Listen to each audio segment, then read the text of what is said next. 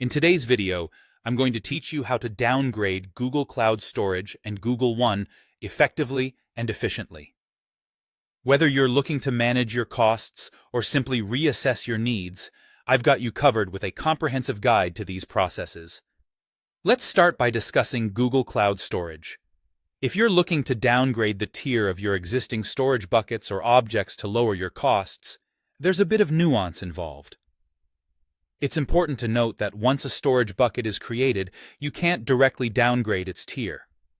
However, you do have the option to change the storage class of the objects within that bucket, which can still help reduce expenses. To update your existing objects, you'll need to rewrite them to the new specified storage class. This action directly impacts your costs, potentially providing significant savings depending on the new tier chosen. Moreover, if you're looking to automate this process, you can set up lifecycle rules. Begin by creating a configuration file, commonly referred to as a lifecycle.json.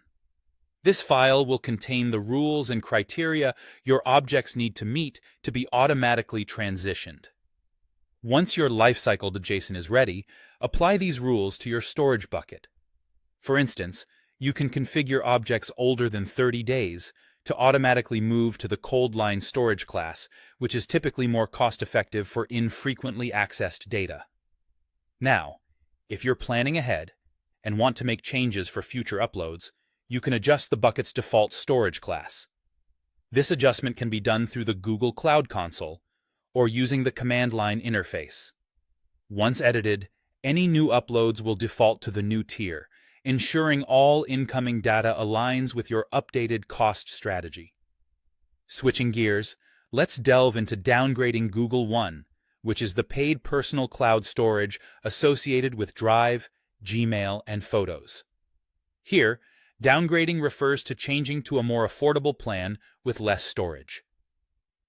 Navigating this process can sometimes be a little tricky, especially if you notice that the downgrade option seems to disappear within the regular interface.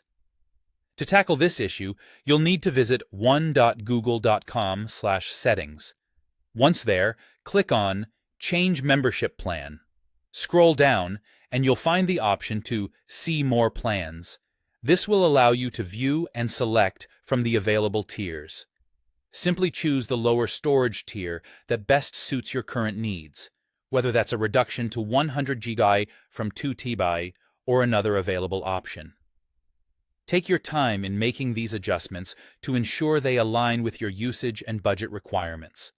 With these steps, you can effectively manage and optimize your storage solutions with Google. Thank you for tuning in today. I hope this guide makes your downgrading process seamless and straightforward.